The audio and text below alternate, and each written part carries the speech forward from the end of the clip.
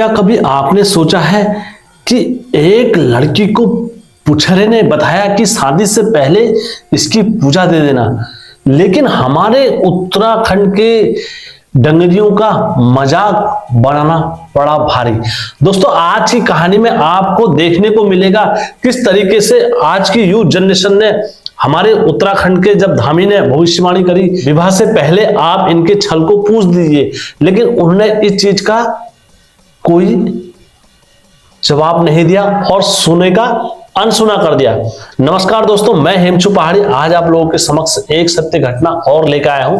और दोस्तों, यदि आप पहली बार हेमचू पहाड़ी चैनल में आए हो या गलती से हेमचू पहाड़ी चैनल में आ गए हो, तो दोस्तों मैं आपसे यही रिक्वेस्ट करूंगा कि आप कहानी पूरी देखें। मैं नहीं कहूंगा लाइक करें, सब्सक्राइब करें, शेयर करें, आप कहानी पूरी देखें।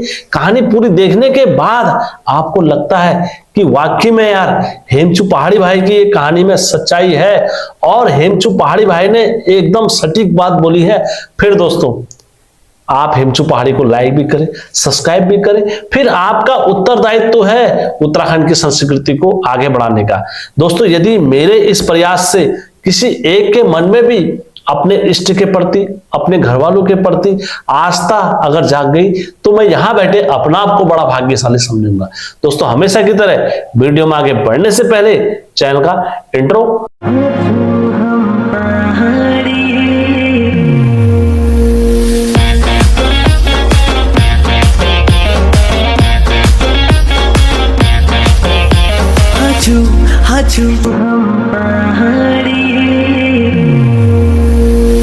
जय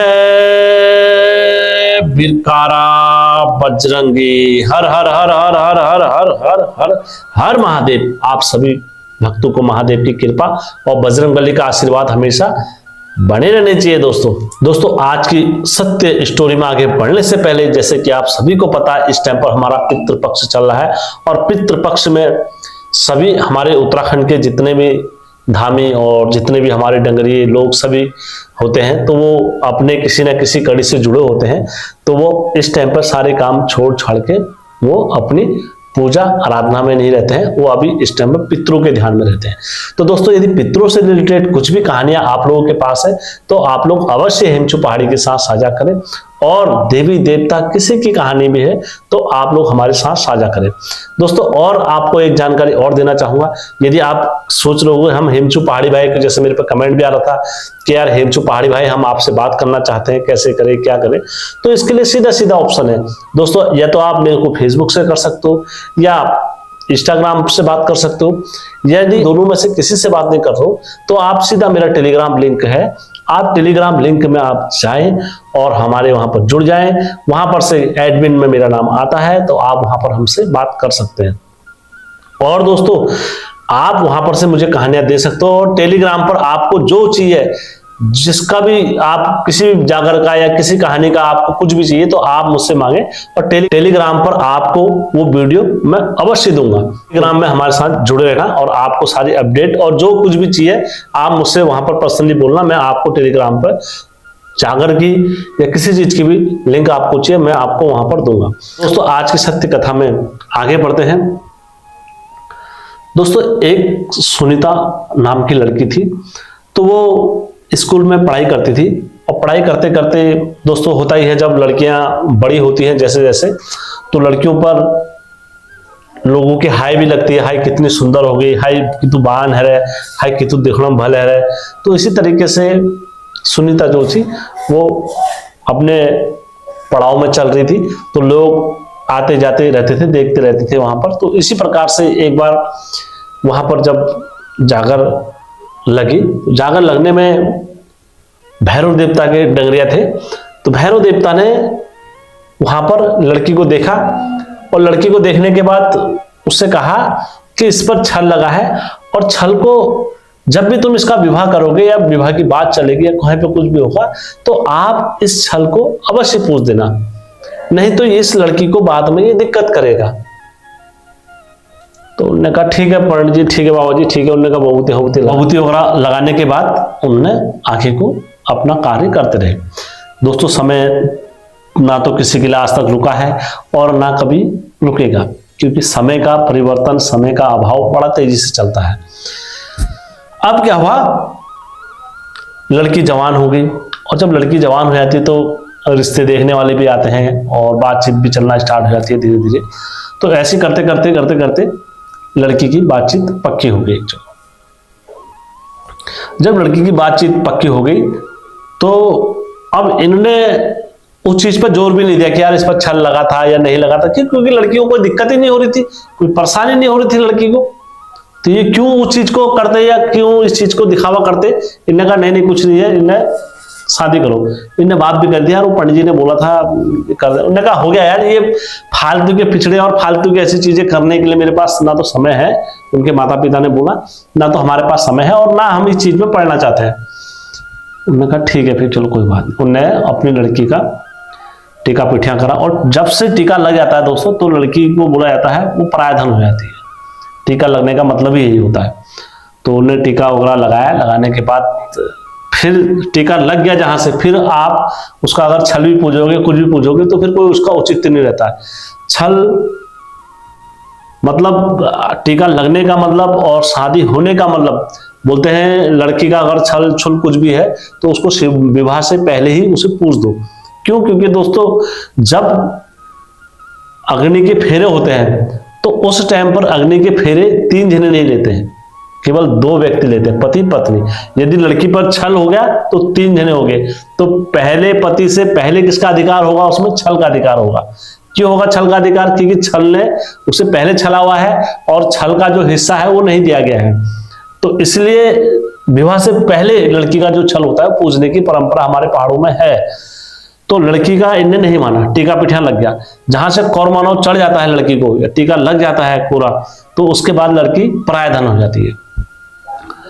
तो इनने कहा ठीक है, विवाह इनका फिर विवाह का डेट भी नजदीक आई, तो शादी भी हो गई धूमधाम से। और शादी के जब फेरे हेरे होते हैं तो उस टाइम पर लड़की जो रंगीला पिछौड़ा पहनती है, और रंगीला पिछौड़ा पहन के जब विदाई का जब समय होता है तो उसी टाइम पर लड़की हल्का सा बेहोश हुई, और उसके दांत बोले जाते छिड़ी जाते ना।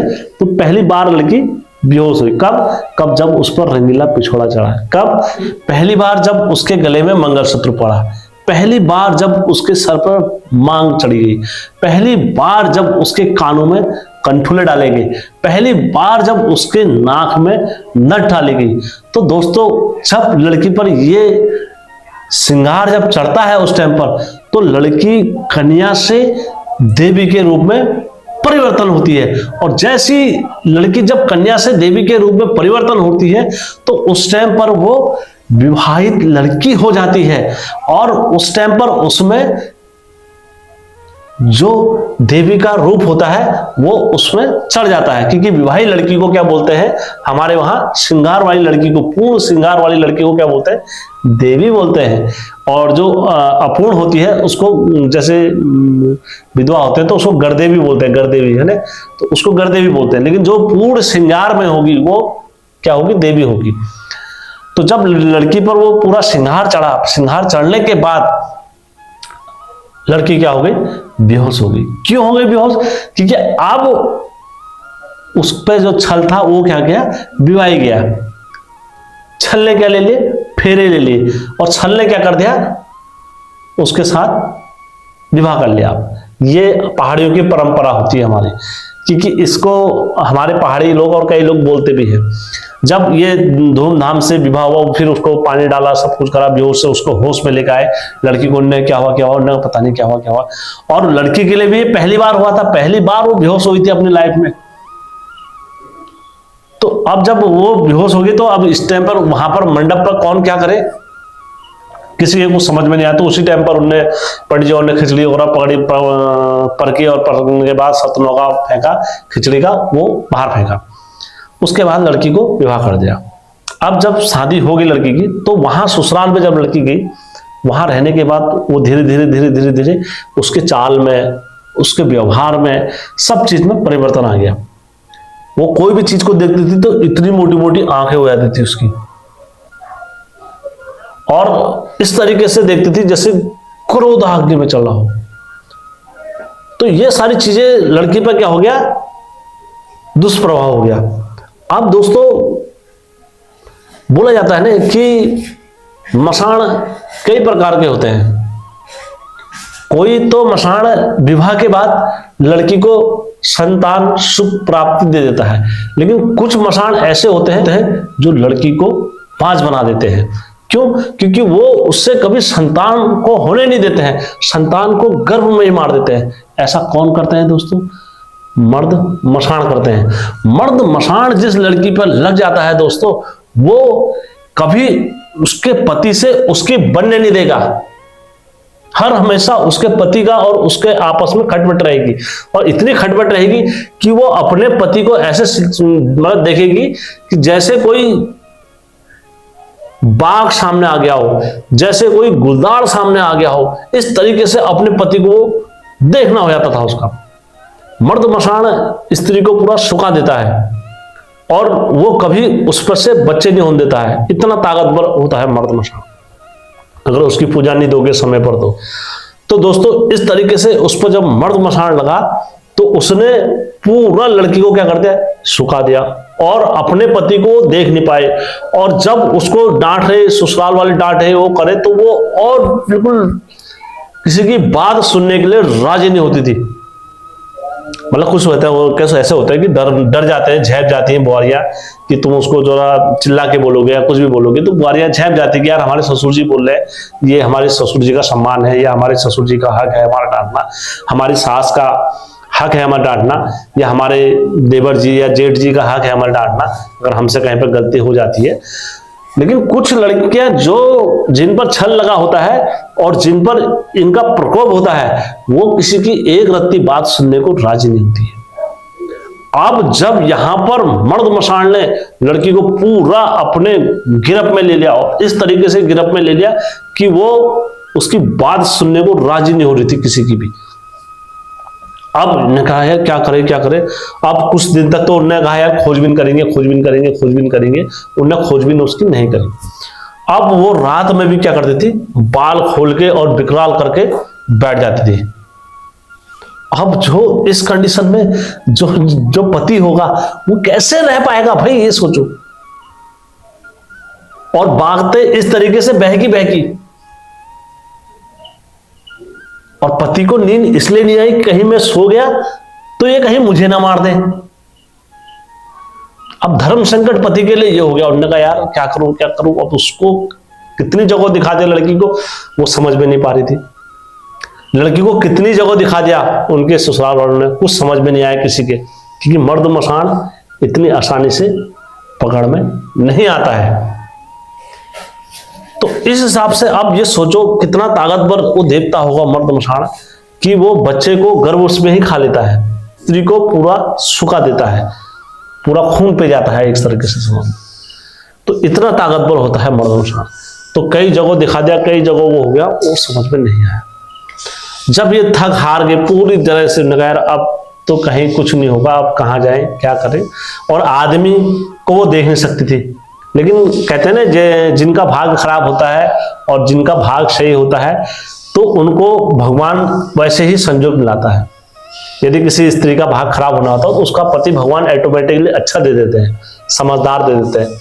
तो वो अपनी बीवी की भावनाओं को समझते हैं, ये सारी चीज को समझते हैं। जब ये सारी कंडीशन इधर हो गई थी तो इन्हें कहा अब क्या करें अब क्या करें अब क्या करें, इन्हें कुछ समझ में नहीं आया।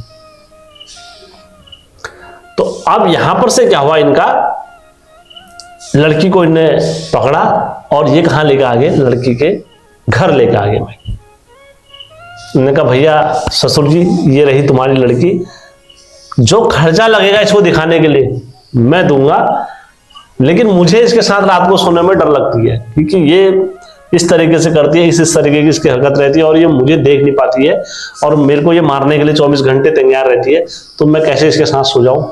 ससुर जी तुम इस लड़की को दिखाओ, जो भी खर्चा होगा जहां से होगा जैसा भी होगा मैं करूंगा, लेकिन ससुर जी मेरे को बख्श दो।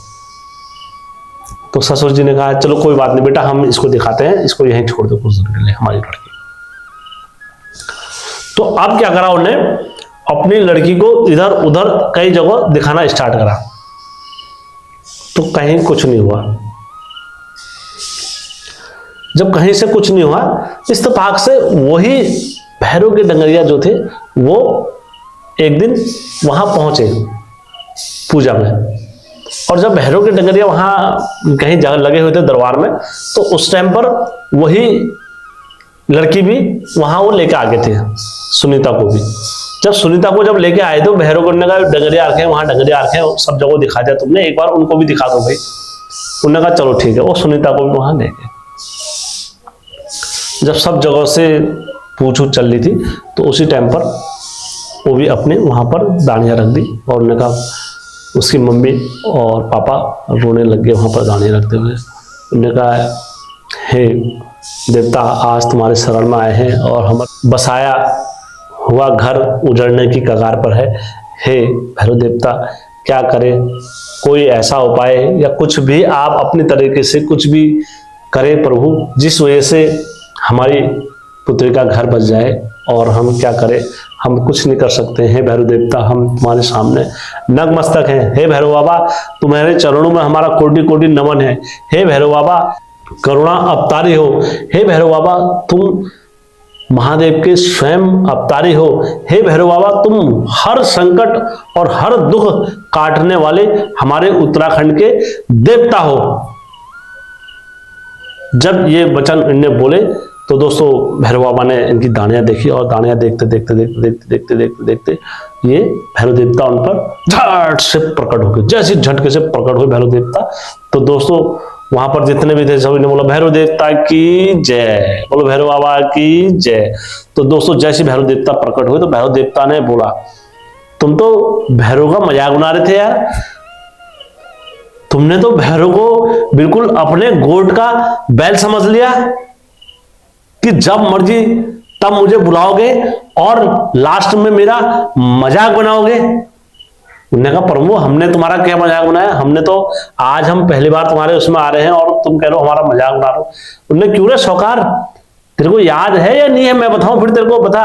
उन्होंने कहा, हमको तो याद नहीं है प्रभु, क्या क्या याद दिलाना चाहते हो आप बताओ। उन्होंने कहा, तू कैसे भूल गया है, मैंने तो इसकी पूजा आज से 4 साल पहले ही बोल रखा था कि इसकी शादी से पहले इसकी पूजा देना तुम। खट से वहां पर से वो लड़की खेलते हुए विकराल रूप रखते हुए आ गई, विकराल करते हुए, जैसे पहली बार वो बिल्कुल ऐसे तरीके से आ गई जैसे उसके बंधन किसी ने खोल दिए हो, जैसे उसको किसी ने बोलते हैं चोर को पकड़ दिया हो। इस तरीके से विकराल रूप रख के और विकराल बाल करके और आंखें इतनी बड़ी बड़ी करके ऐसा आ गई भैरव के सामने जैसे अभी भैरव को खा जाएगी। इस तरीके से करी ढरी भैरव के सामने। भैरव बाबा तो प्रकट ही थे वहां पर।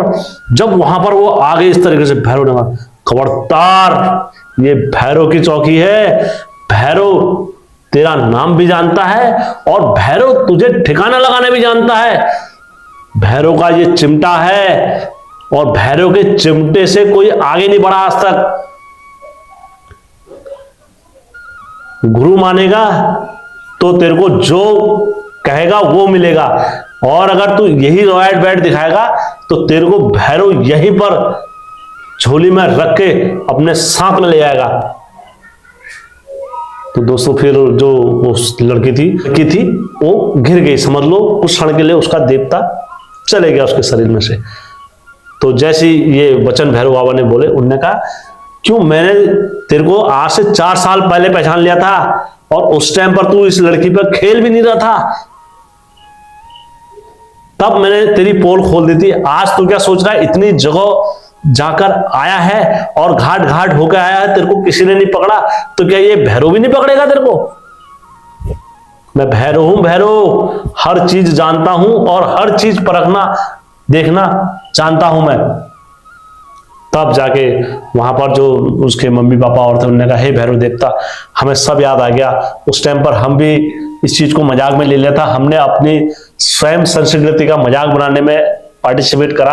हे भैरव देवता, हो सके तो हमें माफ कर दो, आप हमारी लड़की को यहां से भला कर दो। हे भैरव देवता, तुम तो देवता हो, तुम न्यायकारी हो, और हमारी इस झंझट से और इससे हमारी लड़की को मुक्त करा दो, ये मसान से हमारी लड़की को मुक्त करा दो, तब हम मानेंगे तुम भैरव देवता हो, जब हम मानेंगे तुम महाकाल के अवतारी हो। हे भैरव देवता, तुम संकट निधार हो, हमारी इस लड़की को बख्श दो।